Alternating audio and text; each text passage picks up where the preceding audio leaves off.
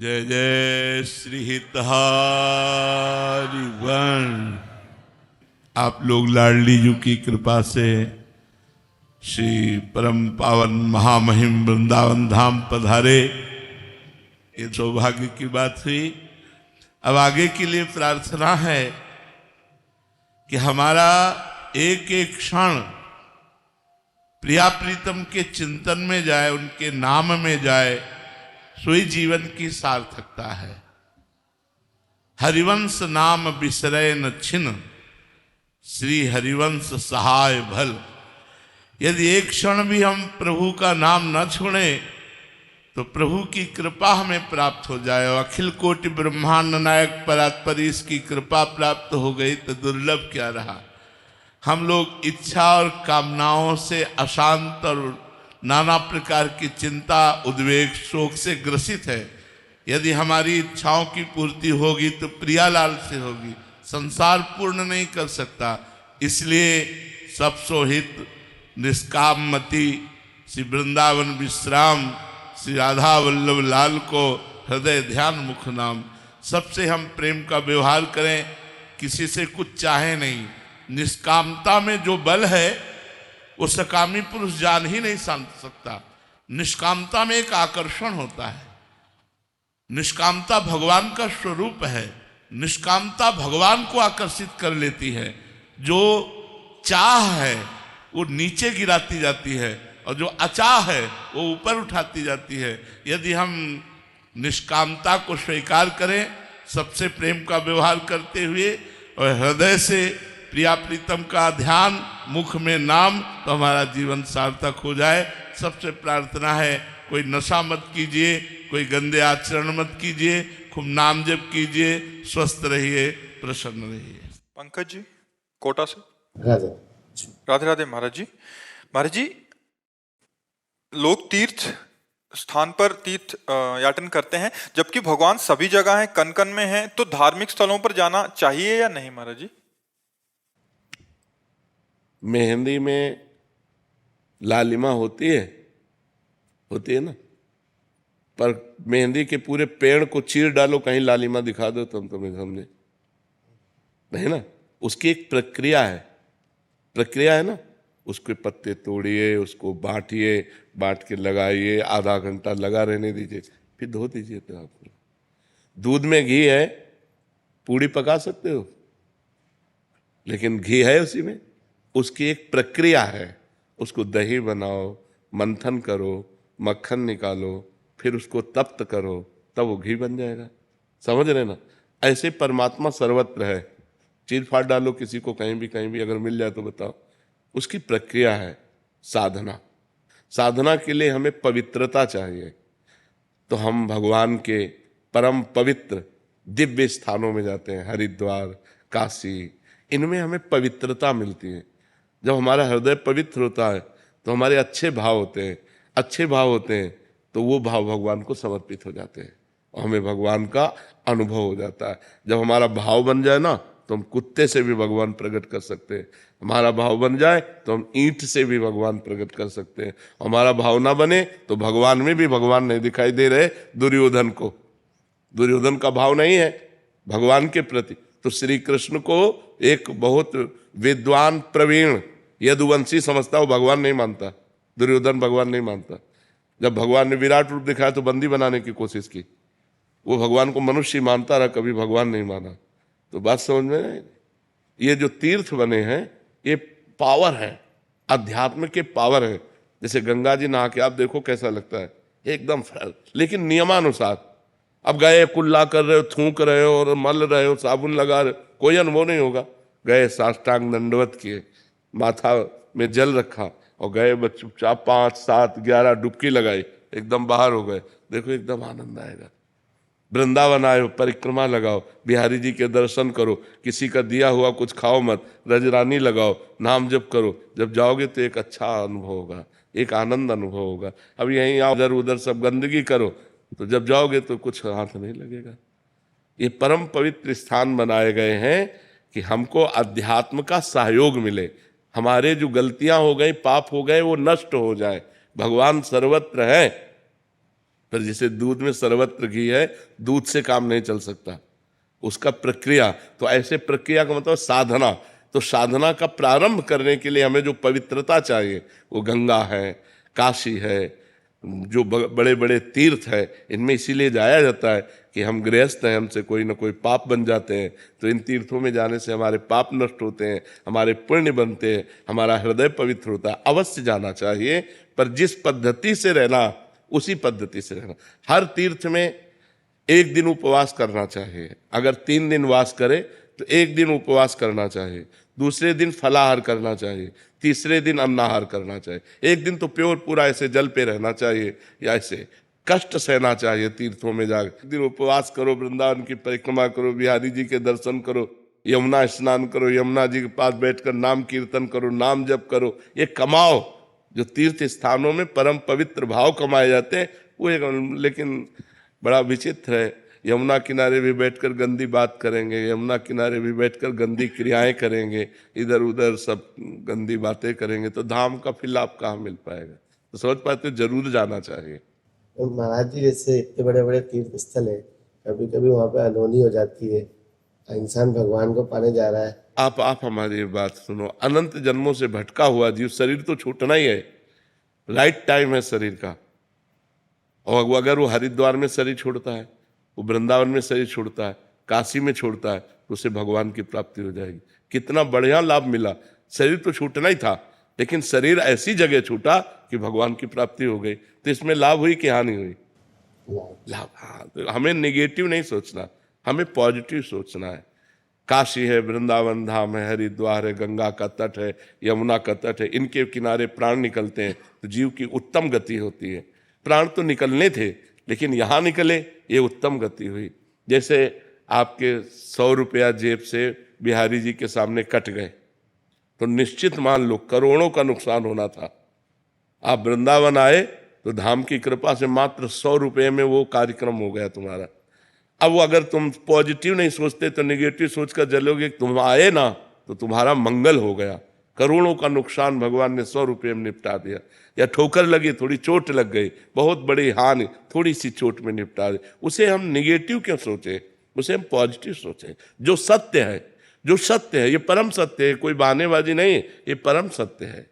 एक 2 मित्र थे, एक जब सयाने हुए तो शराब पीने लगे, गंदे आचरण करने लगे, वैश्यागमन, जुआ खेलना, शराब पीना, ऐसे सब। और एक था रोज गंगा नहाने जाना, भजन करना, शास्त्रों का स्वाध्याय करना। तो बहुत दिनों के बाद दोनों मित्र मिले, दूर से देखा वो गंगा नहाने वाला आ रहा है, और उसने देखा कि वो हमारा मित्र जो भटक गया गंदे आचरणों में, वो आ रहा है। तो जो गंगा नहा के आ रहा तो एकदम नीचे देखा तो खजूर का कांटा घुस गया उसके पैर में, नंगे पैर गंगा नहाने गया था, और उसके ठोकर लगी जो पाप कर्म करता था। तो एक थैली मिली असरफियों की, तो उसने कहा रोज गंगा नहाता है, राम राम रटता है, क्या हुआ, देख खजूर का कांटा, मैं मनमानी आचरण करता हूं और देखिए थैली मिली।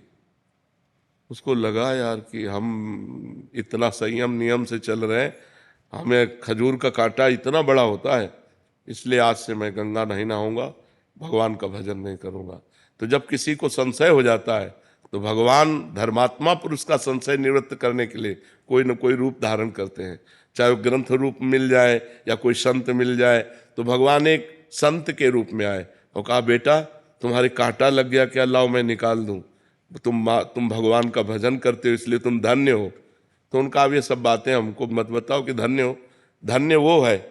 तब उनका बेटा तुम्हें उसे पूर्व जन्म की बातें याद नहीं है, तुम्हारा पूर्व जन्म में इस समय तुम्हें सूली की सजा मिलनी थी, खजूर के कांटे से इसलिए निकल गई कि तुम गंगा नहाते हो, नाम जप करते हो, और इसे चक्रवर्ती सम्राट होना था।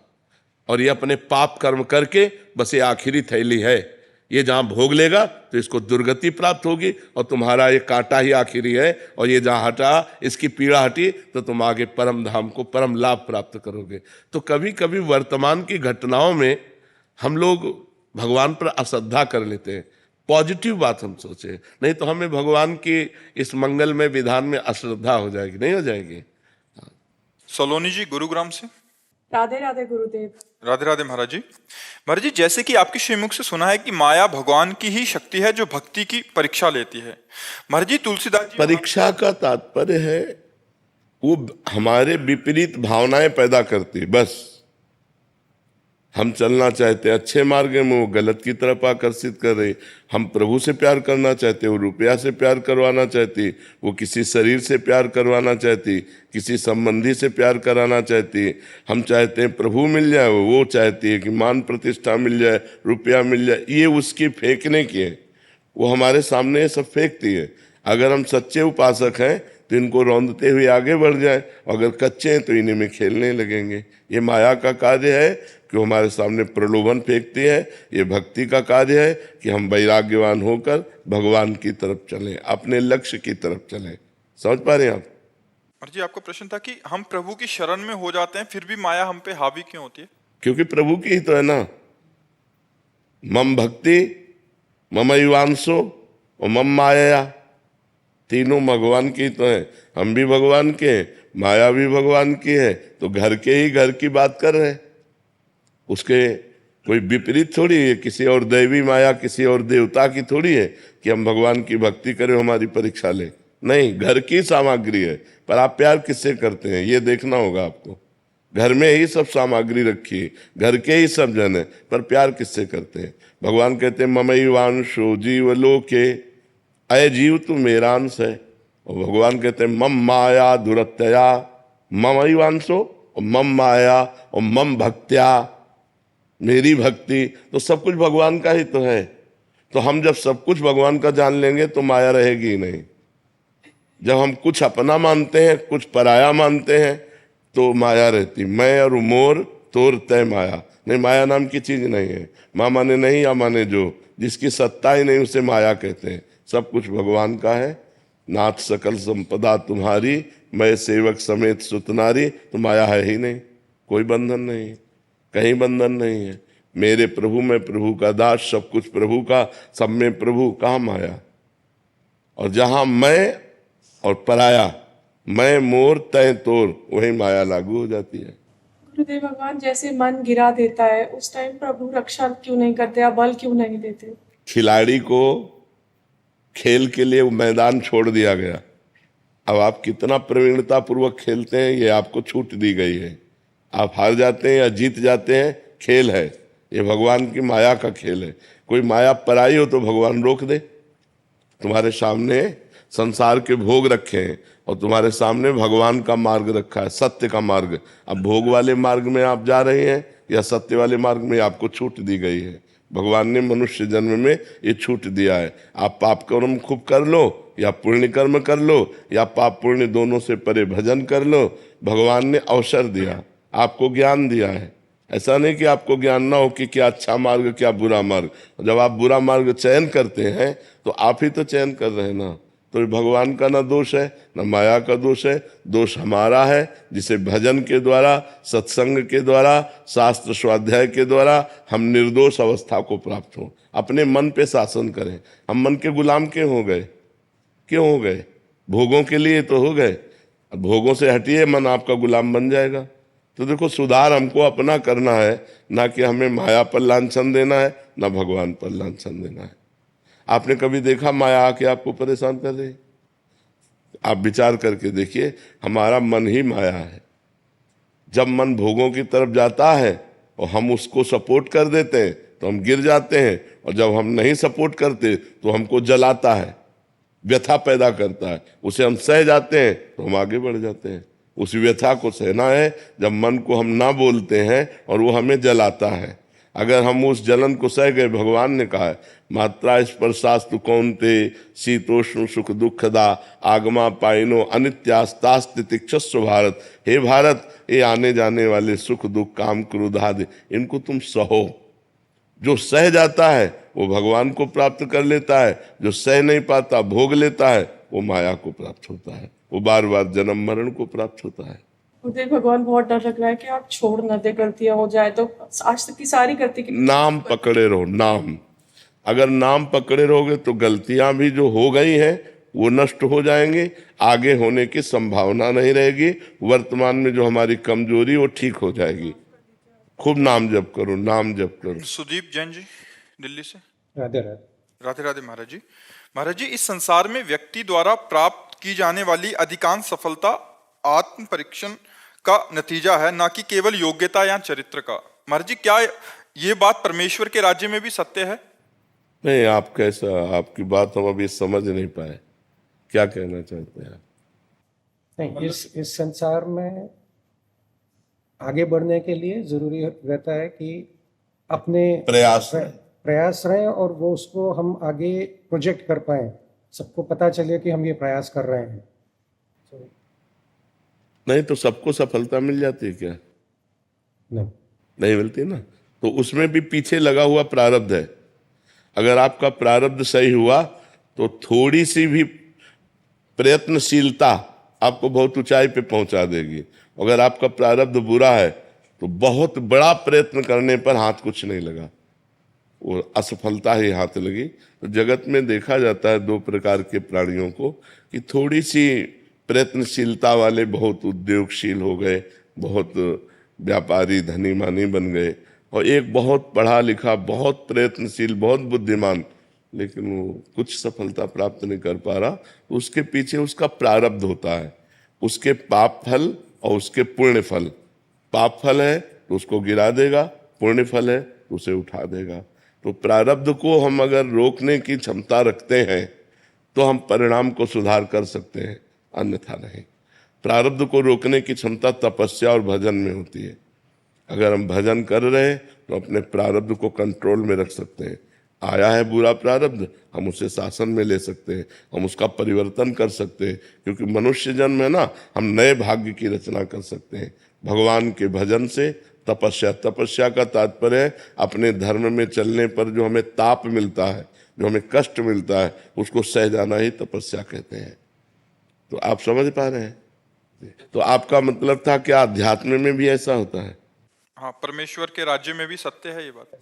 नहीं, परमेश्वर के राज्य में पुण्य और पाप का तो प्रवेश ही नहीं है।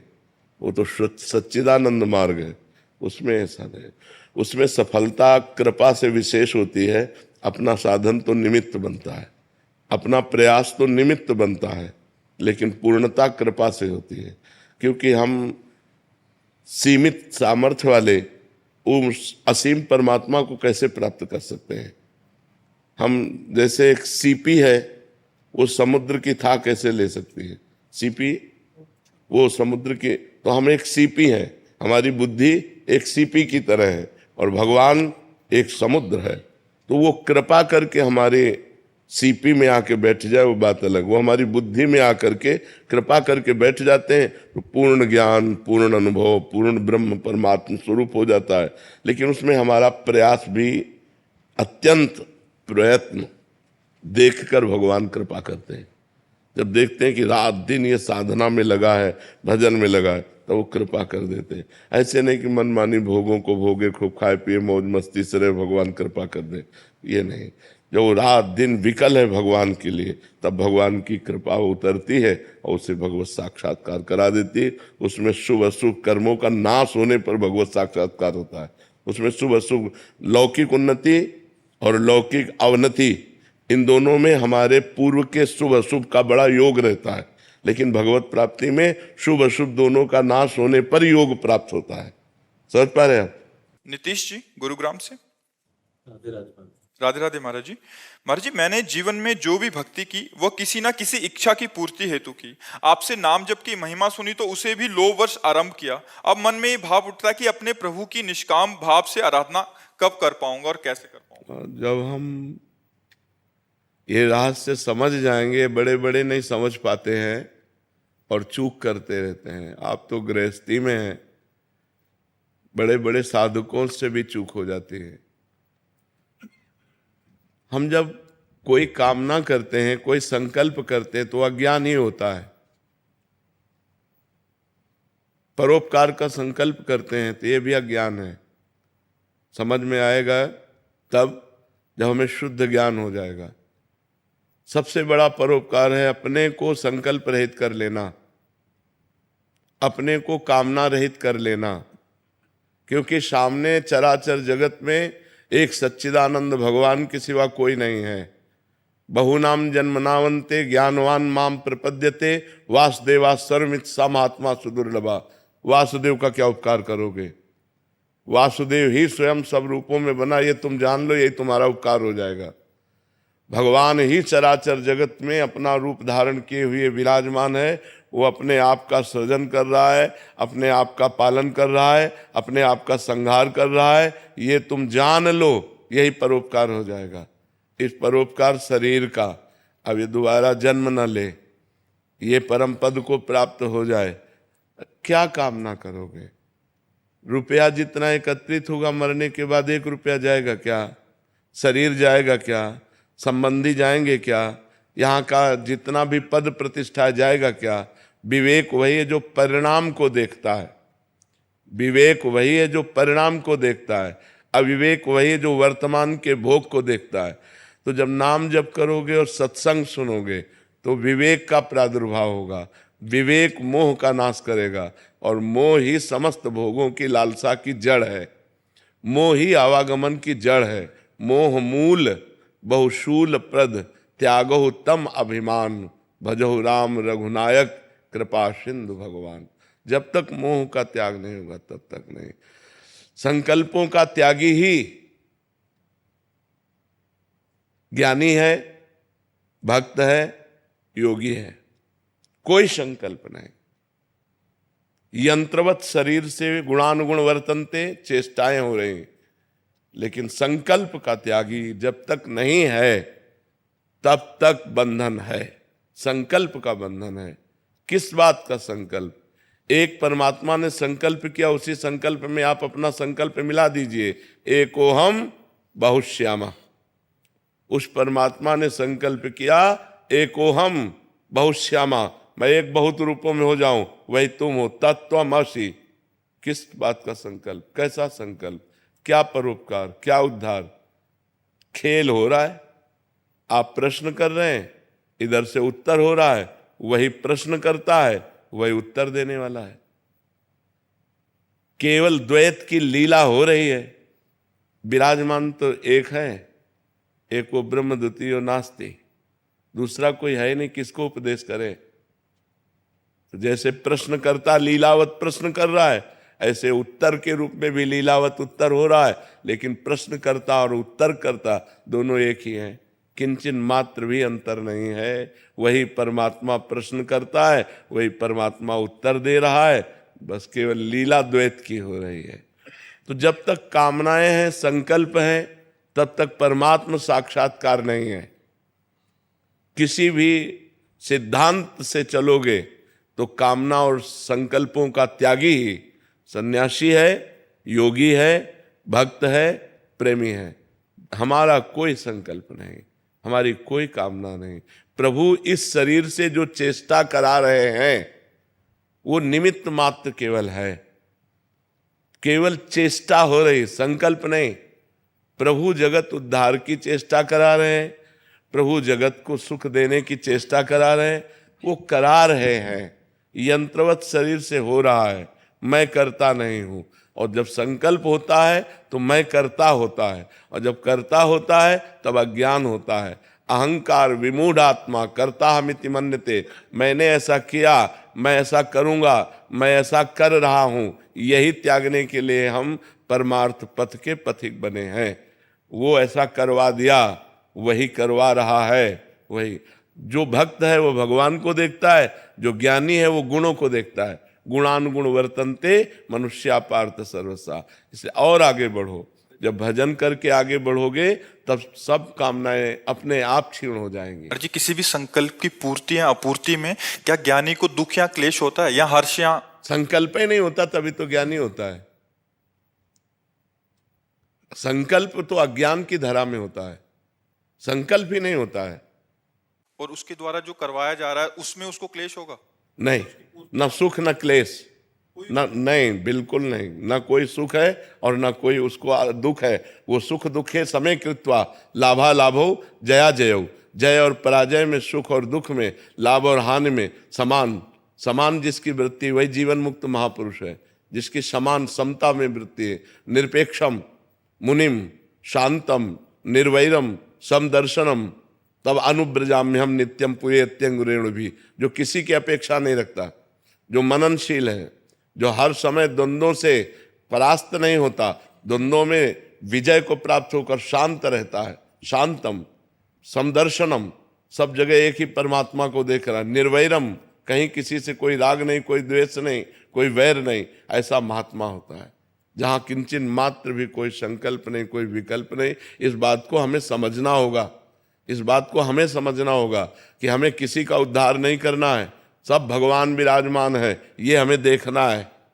सब ब्रह्म विराजमान है, ये हमें देखना। सर्वम खलमिदम ब्रह्म ने नानास्ति किंचन, इनका उद्धार नहीं करना है। कब हमारी दृष्टि ऐसी हो जाती है कि ये सब इनका उद्धार करेंगे? जब स्थूल सूक्ष्म कारण तीनों शरीरों का त्याग हो जाता है। जीते जी जीवन मुक्त, देह सहित होने पर भी देह रहित विदेह, तब ये संसार चक्र से मुक्त हो जाता है।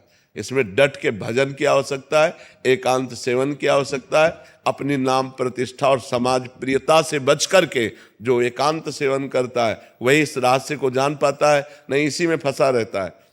समाज उद्धार नहीं हो रहा है, समाज उद्धार पहले ही हो चुका है।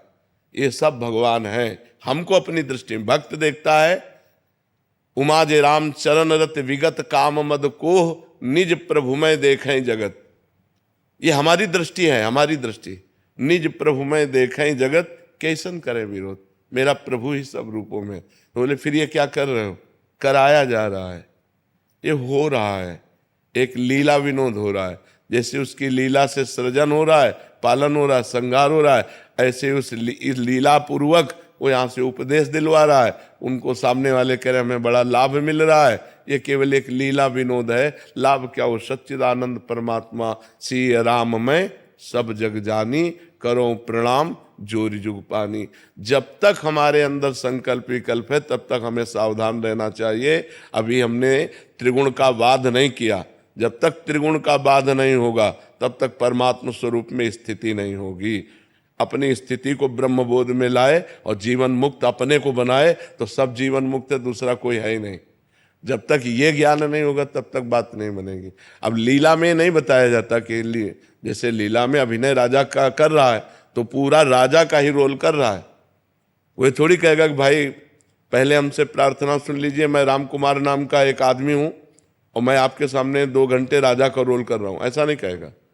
वो सीधे राजा के अदब से आएगा, तभी तो समाज को आकर्षित करेगा। ऐसे यहाँ रोल हो रहा है, कोई पापी का रोल कर रहा है, कोई पुण्यात्मा का रोल कर रहा है, कोई उपदेशक का रोल कर रहा है, कोई उपदेश सुनने का रोल कर रहा है। वो एक ही परमात्मा है। वासना वासुदेवस्य वासितम भुवनत्रयम सर्वभूत निवासोस्मि वासुदेव नमोस्तुते। वो एक वासुदेव परमात्मा विराजमान है। जब तक ये ज्ञान नहीं हुआ तब तक वो अज्ञानी है। मत्ता परतरम नान्यत किंचिदस्ति धनंजय। हे धनंजय, किंचन मात्र भी मेरे सिवा और कुछ नहीं है। यही हमें जानना है, हमें जानना है। हम सेवक हैं, हम शिष्य हैं, हम अज्ञानी हैं, हमें जानना है। और जब हम जान गए तो जानत तुम्हें तुम्हें हो जाए। वो ब्रह्मविद हो गया। ब्रह्मविद, जो ब्रह्मविद है वो ब्रह्मयु भवति। ब्रह्मविद ब्रह्मयु भवति। और जब ब्रह्मयु भवति तो सर्वं खलमिदं ब्रह्म, सब कुछ ब्रह्म है, सब ब्रह्ममय। किसको? उपदेश के। उसके अंदर उपदेश का भी संकल्प नहीं होता। प्रश्नकर्ता से प्रश्न हुआ, उपदेश शुरू हो गया। जो हुआ उसमें वो करता नहीं है, हो रहा है। स्वाभाविक गुणानुगुण वर्तनते, गुणों से गुण हो रहा है। पर यहाँ तक पहुँचने के लिए बहुत भजन की आवश्यकता है। अभी जो आपका प्रश्न है कि हमारे अंदर आज तक जो भक्ति हुई वो सकामता पूर्वक हुई, तो सबकी भक्ति सकामता से ही प्रारंभ होती है और निष्कामता में पूर्ण होती है। खूब नाम जप करो, अच्छे आचरण करो, पाप आचरण ना करो तो धीरे धीरे निष्काम होते चले जाओगे। आपको खुद ज्ञान होने लगेगा।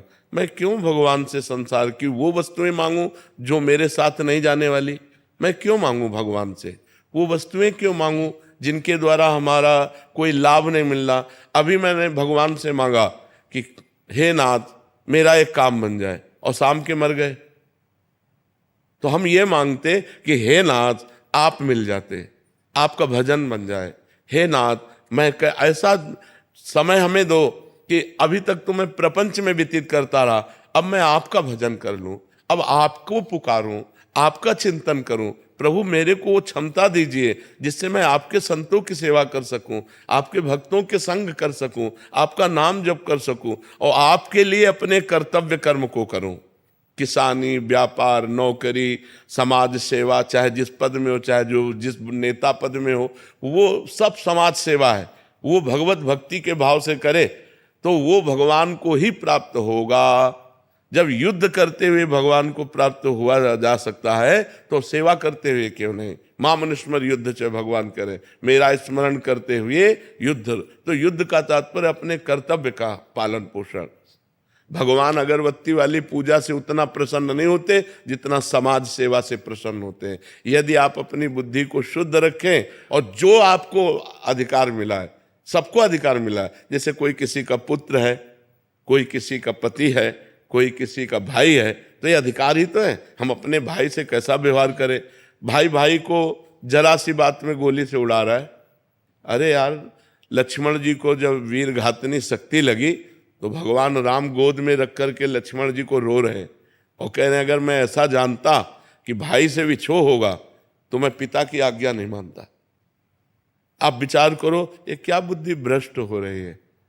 भगवान से विमुख होने पर देखो कैसे पत्नी पति के साथ दुर्व्यवहार कर रही है, पति पत्नी के साथ दुर्व्यवहार कर रहा है, बेटा माता पिता का अपूज्य भाव से असम्मान करता है। आप विचार करो, जो हमारे भगवान के समान वेद हमारा कहता, उपनिषद कहता है मातृ देवो भव, पितृ देवो भव, अतिथि देवो भव, कहाँ हमारी बुद्धि चली गई। तो हम खूब नाम जप करें, गंदे आचरणों का त्याग करें और इसी जन्म में भगवत प्राप्ति करें, अपने स्वरूप का बोध प्राप्त करें। नहीं तो कोई गुंजाइश नहीं, अब सुअर कुत्ता बनना पड़ेगा। अगर मनुष्य जन्म प्राप्त होकर आपने भजन नहीं किया और केवल कामनाओं में ही फंसे रहे तो पक्का समझ लो नाली का कीड़ा, सुअर कुत्ता, भूत प्रेत क्या बनना पड़े कुछ पता नहीं। हम ही लोग बने हैं, कोई दूसरा नहीं बना। इसलिए होश में रहो, मनुष्य जीवन देव दुर्लभ है, इसको भगवत प्राप्ति के द्वारा पूर्णता करो। मनुष्य जीवन का परम लाभ भजन है, जितना भजन करोगे उतना ही आनंद में रहोगे। आस्था जी पटना से। राधा वल्लभ श्री हरिवंश। श्री हरिवंश महाराज जी। महाराज जी, हमारे माई श्यामा जी को राज में माई का क्या संदर्भ है? सखी, निकुंज में सखी को संबोधन किया था, जैसे एरी सखी, ए माई, माई का संबोधन सखी है। देखो माई सुंदरता की सीमा, ए सखी देखो हमारी स्वामिनी जो सुंदरता की सीमा है। सखी संबोधन उसी को माई कहा गया। देखो माई सुंदरता की सीमा। दूसरा पद, देखो माई अबला के बल राशि, अति गज मत निरंकुश मोहन, निरखी बंधे लट पासी। देखो माई अबला के बल राशि। तो माई शब्द का मतलब होता है सखी, सखी संबोधन है। तो जो हमारे माई श्यामाजू को राज, हमारे सखी जू श्यामाजू को राज, माई का संबोधन सखी। हम सखियों का जो स्वामित्व है वो लाडली जू से है। राहो को काहू मने दिए, मेरे प्राणनाथ श्री श्यामा शपथ करो तृछिए। कोई कहीं भी मन लगाओ, लेकिन मेरे प्राणनाथ, हम सखियों के प्राणनाथ श्री श्यामा जी हैं। इसलिए माई शब्द का संबोधन सखी, सहेली, माई, ये सब एक ही शब्द के पर्यायवाची शब्द हैं। शुभम तिवारी जी। राधा वल्लभ श्री हरिवंश। श्री हरिवंश महाराज जी। महाराज जी, सफलता क्या है? सफलता का मूल मंत्र क्या है? क्या हमारी मानी हुई मान्यता की पूर्ति ही सफलता? मनुष्य जीवन के बंधन से मुक्त हो जाना सफलता है। ये जो मनुष्य जीवन है, मना खष्टान इंद्रियाणी प्रकृति स्थान करसती, जो मन 5 ज्ञानेंद्रियों के साथ भोगों में जा रहा है और भोग हमें परास्त कर रहे हैं, इससे मुक्त हो जाना। जो हम जन्म मरण के बंधन में विवश होकर जा रहे हैं, इससे मुक्त हो जाना। काम, क्रोध, लोभ, मोह, मद, मत्सर, इन पर विजय प्राप्त कर लेना। तो ये मनुष्य जीवन के बंधन से मुक्त हो जाना भगवान की प्राप्ति करना ये सफलता है। और इसका मूल जो मंत्र है वो भगवान का नाम है, क्योंकि उसी से बुद्धि शुद्ध होगी, उसी से पाप नष्ट होंगे, उसी से आपको आत्मबल मिलेगा, तभी आप इस मार्ग में चल पाएंगे। तो प्रेम मूल यह नाम है। प्रेम का मूल, ज्ञान का मूल नाम ही है। जितना जो नाम जप करता है उतना ही ज्ञानी हो जाता है, उतना ही प्रेमी हो जाता है, उतना ही वो संसार से विजय प्राप्त कर लेता है। और भजन नहीं है तो केवल बुद्धि का विलास मात्र है, वो माया पर विजय प्राप्त नहीं कर सकता, वो इन विकारों पर विजय प्राप्त नहीं कर सकता, वो इन विकारों में ही बार बार गिरता रहेगा। समझ पा रहे हैं आप? नाम जप की चाह कैसे प्रकट होती है? नाम जप से ही हो जाती है। जब हम बार बार नाम जप करते हैं तो हमारी चाह भी नाम ही प्रकट कर देता है। नाम जपने वाले को कुछ भी और अन्य साधन की जरूरत नहीं, वही चाह प्रकट कर देगा, वही रुचि प्रकट कर देगा, भगवान के मिलन की चाह पैदा कर देगा, भगवान को मिला देगा। सुमिर पवन सुत पावन नामू, अपने बस कर राखे रामू। भगवान के नाम के बल से हनुमान जी ने भगवान को अधीन कर लिया। भगवान के भजन में बहुत बल है। बड़े बड़े सिद्ध संत हुए भगवान के नाम जप से हुए। सब कुछ नाम जप ही प्रकट कर देगा। आप केवल नाम जप करके देख लो। इस जन्म में एक नियम ले लो कि मैं भगवान का नाम जप नहीं छोड़ूंगा, फिर आप मिलना देखो, आपका परिवर्तन कितनी जोर का होता है। सब ठीक हो जाएगा, सब ठीक हो जाएगा। अरे समझो, हम बार बार उदाहरण देते हैं कि जो राम नहीं कह पाते थे, राम राम नहीं बोल पाते थे, वो मरा मरा उच्चारण किया। वो इतना बड़ा ग्रंथ है वाल्मीकि रामायण, और संस्कृत से है। आप सोचो, उन्होंने संस्कृत से हमारे इतिहास की रचना कर दी और ब्रह्म ऋषि पद पे पहुंच गए। कोई दूसरा साधन नहीं था, केवल नाम का साधन था। केवल भगवान के नाम से ध्रुव संगलान जप्यो हरिनाऊ, पायो अचल अनुपम ठाऊ। ध्रुव ने ग्लानि युक्त होकर, माता ने थप्पड़ मार के, तुम पिता के सिंहासन पर बैठने के तब अधिकारी हो गए जब मेरे गर्भ से, जो भी माता थी ना, उसने 2 पत्नी थी, सुनीति और सुरुचि। तो सुनीति के बेटा थे ध्रुव, सुरुचि को अच्छा नहीं लगा, तो ध्रुव संगलानि ग्लानि युक्त होकर भगवान का नाम जप किया तो अनुपम ठाऊ। आज भी जो ध्रुव को पद मिला है वो किसी महात्मा को नहीं मिला। 5 वर्ष का बालक ठान लिया नाम जप, भगवान की प्राप्ति कर ली। प्रहलाद जी ने नाम जप के बल से बड़ी बड़ी विपत्तियों को पार किया। तो हम नाम जप करें, नाम जप में बड़ी सामर्थ्य है जी। राधे राधे महाराज जी। महाराज जी, अभी तक सब अच्छा चल रहा था, अचानक से रास्ता भटकने लगी, गुस्सा इतना आने लग गया है कि सबसे चिढ़ हो गई है। महाराज जी, श्री जी में लगे रहने का मन करता है, उन्हीं के बारे में सोचने का मन करता है, बट गुस्से के कारण महाराज जी कह रहे हैं कि कुछ दिन। गुस्सा क्यों आता है? गुस्सा प्रभु जैसे तिलक लगा लिया माथे पे, तो घर मतलब मायके वाले बोलते ओ पाखंड, उबासी ले रही हो तो बोलते हो, जैसे आपने बोला कि राधा राधा, सब में राधा राधा बोलो, ओहो ड्रामा, तो ऐसे ऐसे बोलते हैं सब। तो हाँ, बिल्कुल बिल्कुल बिल्कुल। तो हम आपको एक उपाय बताएं, रज जैसे लेके आप गीली करके लगाते हो वैसे सूखी लगा लो। समझ रहे हो? नहीं, एक बात कह रहा हूं, जैसे बचना हो ना कि लोग हमको ना कहें, तो हमें अपना काम बनाना है। ऐसे लगा अंदर ही अंदर राधा जप करें अंदर। अब हम जब क्या कर रहे हैं तुम्हें क्या पता, किसी को क्या पता।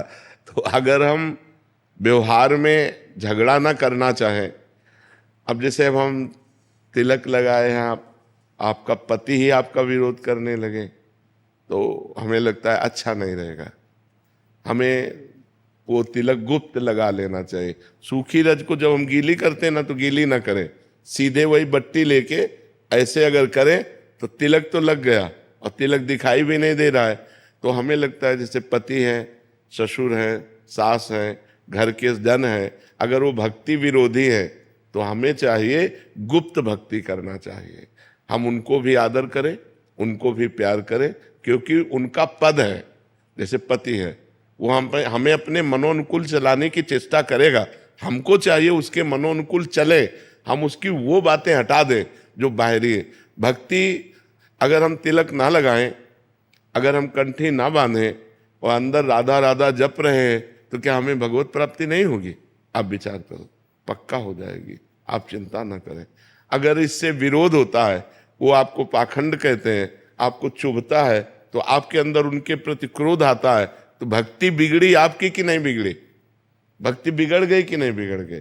तो हमें वो चाल चलनी है जिससे हमारे परिवार में कलह न हो, अशांति न हो। जब कोई नहीं है तो हम माला लेकर के भले जप करें, अगर कोई है तो हम माला छुएंगे भी नहीं। हम दिखाना बिल्कुल नहीं है कि हमें भक्ति कर रहे हैं, क्योंकि जहाँ विरोध हो वहाँ ठीक नहीं तो आपको रोज गुस्सा आएगा तो आपकी भक्ति बचेगी नहीं। गुस्सा आ रहे प्रभु जी बहुत। तो फिर भक्ति बचेगी कहाँ? त्रिविधम नरकस्येदम द्वारम नाशन मात्मना कामा क्रोधा तथा लोभा तस्मात् देत्रयम् त्यजेत। ये 3 त्यागने हैं, काम क्रोध लोभ। अब हमें गुस्सा आ रहा, अपने पति पे गुस्सा आ रहा, सास ससुर पे, तो हमारी भक्ति क्या रहेगी? भक्ति गुस्सा नहीं सिखाती, भक्ति प्यार सिखाती है, भक्ति प्रेम सिखाती है, भक्ति विग्रह नहीं करवाती, भक्ति मंडन करवाती, जोड़ती है। भक्ति जब भगवान को जोड़ लेती है तो इंसान को जोड़ने की क्या बात है? तो मुझे लगता है आपको सुधार करना चाहिए, उनको सुधरना नहीं, आपको सुधरना है। आप भक्त हो, आप बात समझ सकते हो, वो भक्ति का विरोध करते हैं, वो भक्त की बात नहीं समझ सकते। आप वो आचरण करो जिससे परिवार वालों को क्षोभ ना हो। पति को कोई मतलब वो भी शरणागति है, 2 साल हो गए, मुझे 1 साल हो गया। तो जो मायके वाले ना, तो वो बड़ा परेशान सा लगता है। मायके वालों से क्या लेना देना है? मेन पॉइंट तो ससुराल वालों से है। तो मायके वालों से क्या लेना देना है? तो बोलते हैं ना नहीं, अब हटो। जब ससुराल में आ गए तो मायके वाले क्या, मायके में थोड़ी रहना तो पति सास ससुर के बीच में, हमें वहां माहौल बनाना है। पर मायके वाले से तो कुछ भी कहते रहे, ऐसे करो। नरेंद्र सिंह रावत जी। श्री हरिवंश महाराज जी, गुरु दीक्षा के लिए कब प्रयत्न करना चाहिए और दीक्षा होने के बाद किन किन बातों का? आज ही प्रयत्न कर लेना चाहिए, पता नहीं कल जिए कि न जिए। अगर विवेक की बात पूछो तो आज और अभी इसी क्षण गुरु का वरण करके भजन करना शुरू कर देना चाहिए, शाम मिले कि ना मिले। हम जैसे कह दे कि अब कल गुरु मंत्र लेंगे, तो कल तक हमें भरोसा नहीं है कि मृत्यु जीने देगी कि नहीं जीने देगी। जी जाए भगवान की इच्छा, नहीं तो हमें भरोसा नहीं है कि कल तक जिएंगे कि नहीं जिएंगे। इसलिए कबीर साहब ने कहा, काल करे सो आज कर और आज करे सो अब, पल में परलय होएगी बहुरी करोगे कब। अच्छा, गुरु मंत्र लेने के लिए योग्यता की जरूरत नहीं होती, समर्पण की जरूरत होती। हम जैसे नीच पामर अधम है, भगवान का हूँ, मैं गुरुदेव का हूँ, इसकी जरूरत होती। योग्यता की जरूरत नहीं होती कि ये लक्षण हो तो शिष्य बनना चाहिए। वो लक्षण सब आ जाएंगे जब समर्पण होने से। लोहा कभी सोना नहीं बन सकता, लेकिन पारस का कमाल, पारस छू गया तो सोना बन गया। ऐसे हम कभी सद्गुणी नहीं बन सकते। गुरु कृपा हो गई तो वो सद्गुण आ गए जिससे श्री कृष्ण रीझ गए, जिससे भगवान करुणा कर दिए, कृपा कर दिए, वो सद्गुण आ जाते हैं गुरु कृपा से।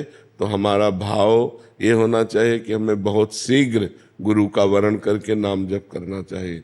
जितनी जल्दी भगवान कृपा करे हमें गुरुदेव मिल जाए और हम खूब नाम जप कर लें। मृत्यु के पहले अपना काम बना ले, जिस काम के लिए आए हैं। हम यहाँ भगवत प्राप्ति के लिए आए हैं। मानव जीवन अच्छे आचरण करके भजन करते हुए श्री कृष्ण प्राप्ति के लिए है। समझ पा रहे हैं? तो जब हमारा प्रबल भाव बन जाए, हमें गुरुदेव का वरण कर लेना चाहिए, ज़्यादा इंतजार नहीं करना चाहिए, नहीं तो मृत्यु का कोई भरोसा नहीं है, कब हमारे शरीर को छीन ले। तो मान लो अभी गुरु मंत्र लिया, अभी प्राण निकल गए तो अभी भगवत प्राप्ति हो जाएगी। अभी गुरु मंत्र लिया और उसी को जपने लगे और हमारे प्राण निकल गए तो अभी भगवत प्राप्ति हो जाएगी। इसलिए हम चाहें कि हमारा कोई सेकंड भगवान से विमुख न जाए, कोई मिनट भगवान की स्मृति रहित न हो। 2 साल से मैं यही सोच रहा था कि दीक्षा लूं या 2 साल से सोच रहा था। हाँ, ये गलत काम थोड़ी है, गलत काम को लंबा ताड़ा जाता है। मुझे ऐसा लग रहा था मेरे अंदर ये विकार, मतलब नहीं तो हमारी बात समझे आप। हाँ, कि हम जैसे हैं। अब विकार दूर कब होते हैं? जब भगवान का नाम जप करते हैं, गुरु की शरण में होते हैं, साधु संग करते हैं, तभी तो हमारे दुर्गुण नष्ट होते हैं। हम दुर्गुण नष्ट करके सदगुरु की शरण में जाएं, ऐसा तो असंभव है। सदगुरु की शरण होने पर दुर्गुण नष्ट हो जाते हैं, ये संभव है। तो हमें लगता है हम जैसे हैं, जैसे गंदे हैं, ऐसे ही हम शरण में हो जाएं तो हमारा काम बन जाएगा। जितेंद्र कुमार जी यमुनानगर से। श्री श्री हरिवंश महाराज जी, गुरुदेव भगवान, जब महाराज जी आपके सत्संग में इन्होंने सुना है कि जब आवास की यहाँ अव्यवस्था हो गई थी और पूरा आपको हर जगह से निकाल दिया गया, तो आपके मन में एक बार आया था कि चलो अभी काशी चलते हैं। तो फिर मतलब उस समय लाडली जू जो मदन मोहन वहाँ के आपको महाराज जी, वो महाराज जी कह रहे हैं कि इसे भगवत साक्षात्कार कहते हैं, या भगवत साक्षात्कार मतलब नहीं, ये छुपा छुपी का खेल कहते हैं। भगवत साक्षात्कार ऐसे होता है, साक्षात प्रभु बैठे हैं, मुझे पता है मेरे प्रभु हैं, प्रभु रूप में है। और बात में वो तो बालिका रूप में थे।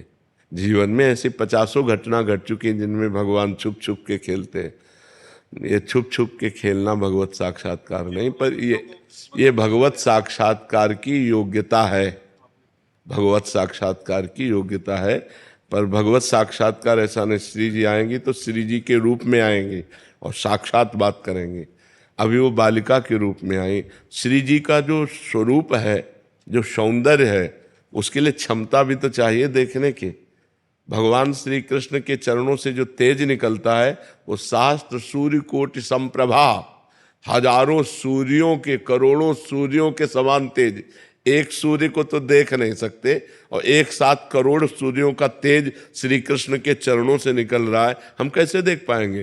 तो भजन करते करते क्षमता आती है उस महाप्रकाश, उस तेज पुंज परमात्मा को देखने की। वो दिव्य दृष्टि देते हैं, तब वो साक्षात्कार होता है। इसीलिए अपने भक्तों के साथ नॉर्मल रूप रख करके, लड़की का रूप रख लिया, बालक का रूप रख लिया, वृद्ध का रूप रख लिया, संत का रूप, तो अरे ये तो भगवान थे। जब चले गए तो अरे ये तो भगवान थे, ये तो श्री जी थी, पक्का श्री जी थी, और हृदय आनंद में लबालब डूब रहा है। अब वो धीरे धीरे क्षमता बढ़ती चली जाती है, फिर वो अपने रूप में आ जाते। अगर वो अपने रूप में आ जाए तो अभी प्राण निकल जाए। प्राणों की क्षमता नहीं कि देख सके। एक घटना है, श्री कृष्णदास जी वल्लभाचार्य जी के शिष्य, श्रीनाथ जी के अधिकारी थे, सेवाधिकारी। तो सेवा के लिए आगरे जाया करते थे, सामग्री, बहुत सी सेवा सामग्री लेने, और अधिकारी थे, खूब ऐश्वर्य धन था।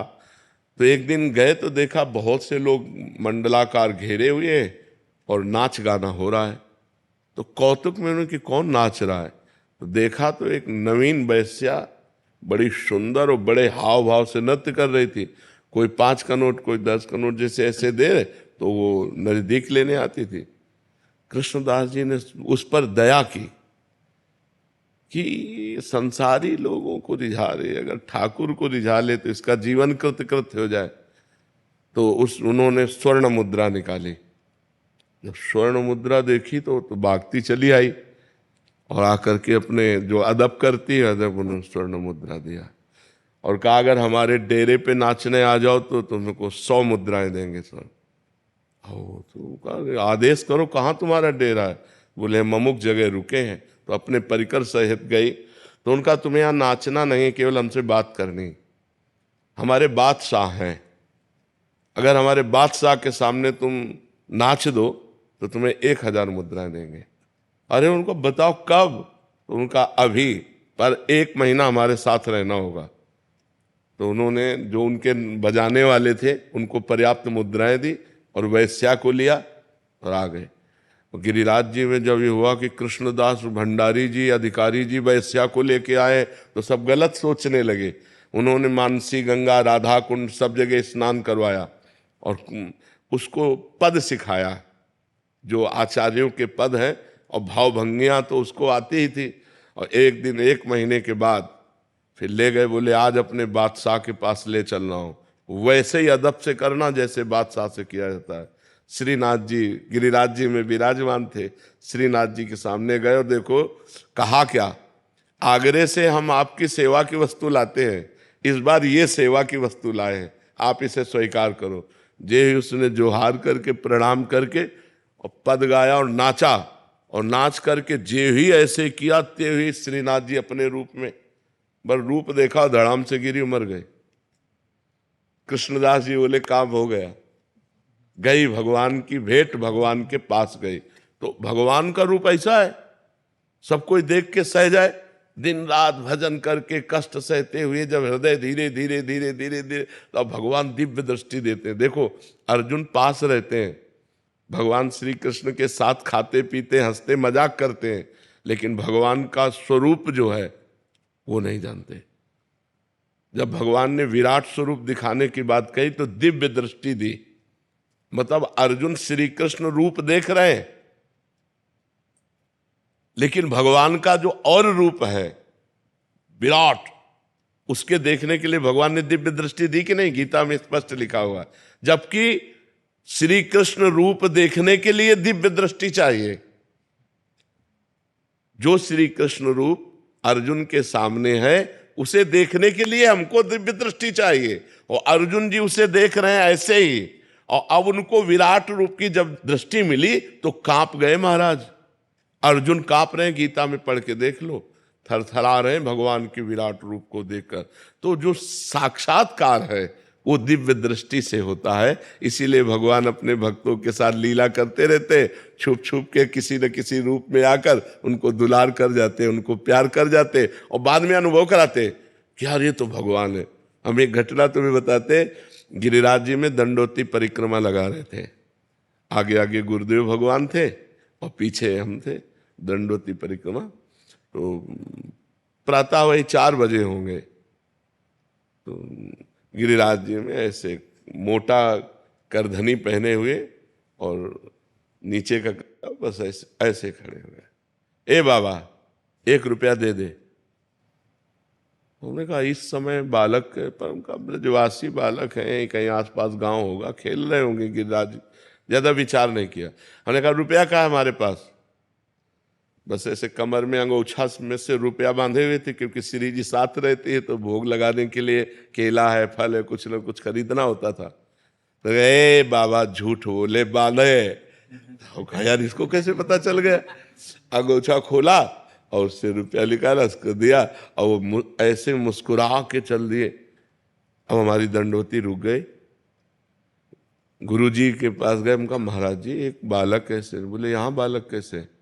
यहाँ कोई आसपास गांव तो है नहीं, गिरिराज जी ही थे, वही लीला विनोद।